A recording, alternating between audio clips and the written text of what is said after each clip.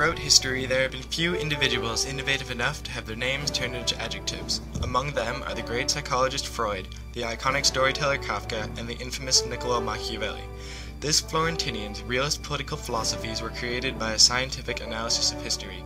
His transcendence of Christian morality was often misconstrued as a promotion of evil. In the 1500s, in Florence, Italy, a Renaissance hotspot, he emerged as the first modern thinker, aiding Europe's transition away from the medieval mindset. Niccolo Machiavelli's integration of history into his political theories resulted in the innovation of political science. Although his theories had an evil reputation, they greatly improved later political thinking. Political philosophy in Europe began with the Greeks and Romans during the Classical Age, beginning in the 7th century BCE. Philosophers such as Plato, Plutarch, and Tacitus greatly impacted Western philosophy. They theorized about ideal societies, not accounting for the mistakes of their predecessors. During this time, humanism was created. Humanism is a life philosophy that focuses on the individual, using reason to justify actions. After the fall of Rome in the 6th century CE, Europe witnessed the end of the Classical Age and the death of its teachings. Rome's infrastructure, such as roads, schools, and government, fell apart. People and ideas became isolated. After a period of regression, classical thought was revived by Charlemagne of France around 800 CE. This caused a Carolingian Renaissance, a revival of art, religion, and culture within the Catholic Church. However, society as a whole remained ignorant. In the mid-14th century, humanism re-emerged. Its value of the individual prompts the growth needed to fuel the intellectual wildfire known as the Renaissance. The Renaissance began in Italy, whose artists, writers, and thinkers were boldly leading the world out of the Middle Ages and into this 300-year period of new innovation and awareness. The fire began in the prosperous city of Florence. While the rest of Italy was growing significantly, Florence had already become a center of scholarly theory and debate. Although it was a flourishing city, its atmosphere was very competitive. There were violent struggles for power in the upper class and desperate economic situations in the lower classes. In 1469, Machiavelli was born into a working-class family in this harsh Florentine society.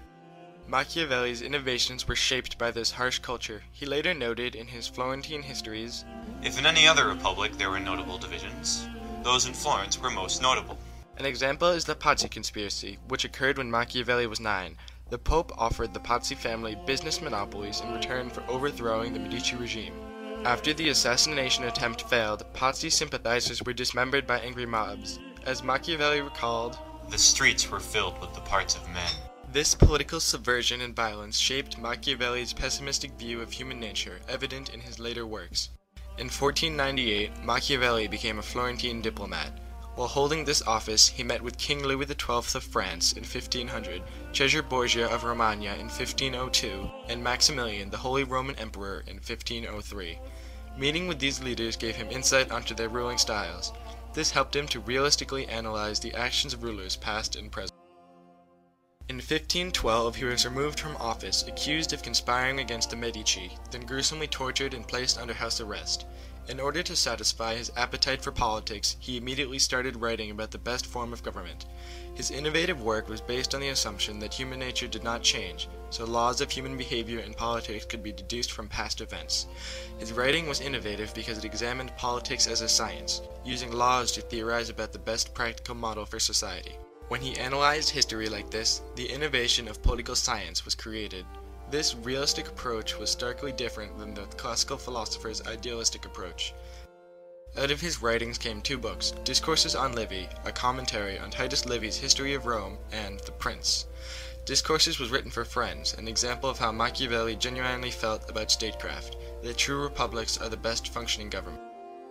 The Prince was a conventional book at the time, a self-help guide submitted to Lorenzo II to gain favor. Its innovation lies in its transcendence of morals, claiming that "The ends justify the means." He believed a prince's main goal should be to maintain power and win glory for the state. Morals should not get in the way of achieving this goal. "A prince cannot observe all those things which are considered good in men, being often obliged to act against faith, against charity, against humanity, against frankness, against religion, in order to preserve the state." However, Machiavelli is not advising princes to be tyrants. It is well to seem merciful, faithful, humane, sincere, religious, and also to be so. but you must have the mind so disposed that when it is needful to be otherwise, you may be able to change to the opposite qualities. He also wrote about a prince's image, stating, Every prince ought to wish to be considered kind rather than cruel. Nevertheless, he must take care to avoid misusing his kindness. Machiavelli offers the example of Cesare Borgia of Romagna, a cruel leader. He was successful in peacefully uniting Romagna while the soldiers of the Roman general Scipio mutinied because of his leniency. Machiavelli was able to make such bold claims because of the evidence from the past that supported him. This way of ruling, independent of morality, was incredibly innovative. Although Niccolo Machiavelli's works, The Prince and Discourses on Livy, were not widely read during his lifetime, they made an impact when they were published 5 years after his death. The controversial nature of The Prince caused its impact to overshadow Discourses. The Prince attracted immense amounts of slander and libel. In 1557, Pope Paul IV placed The Prince in the severest category of banned books.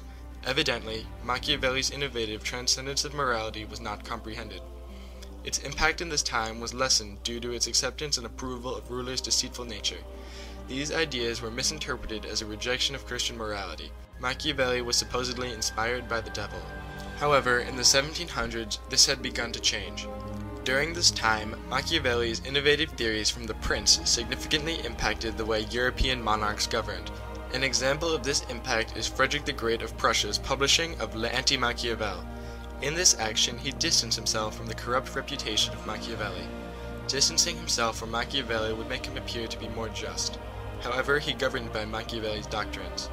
Therefore, this denouncing of Machiavelli was deceitful. Acting deceitfully to maintain one's image was advocated in The Prince. This example also illustrates how Machiavelli was misunderstood. Although Frederick distanced himself from Machiavelli to make him seem more just, the theories from the supposedly evil Machiavelli were used for good. An example of this was his use of religion to unite his country, while also having complete religious freedom. He was not a tyrant because he abolished corporal punishment and torture. Frederick followed Machiavelli's advice properly. He was successful while being a just leader, contradictory to the common view of Machiavelli's theories. In Machiavelli's time, people could not see past his harsh realist theories to appreciate his innovation of political science. However, he profoundly impacted the Enlightenment philosophers. His innovation was even appreciated by those who disagreed with his theories, such as Francis Bacon, who said, We are much beholden to Machiavelli and other men that write down what men do and not what they ought to do. This innovative method allowed thinkers to continue the cumulative analysis of history, producing the defining political thought of this era. His discourses also impacted this era. Rousseau, for example, was well versed in Machiavelli's teachings when he wrote to bring back republicanism as the chosen form of government.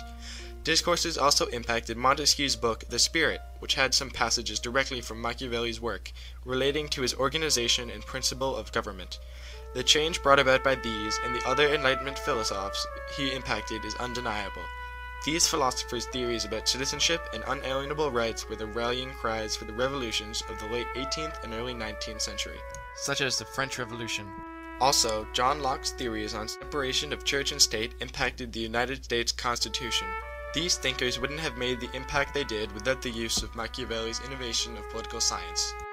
In addition to the change brought about by political science, hundreds of years after his death, Machiavelli's book, The Prince, still changes the leading strategies of many rulers. For example, Oliver Cromwell, Napoleon Bonaparte, and Adolf Hitler all studied The Prince. Lee Atwater, a former chairman of the Republican National Committee, had a reputation for employing underhanded tactics. He boasted to have read The Prince 23 times. These politicians perpetuate Machiavelli's evil reputation. Machiavelli's impact is obvious today. Anyone with a degree in political science has Machiavelli to thank. Sadly, he is not remembered for this innovation.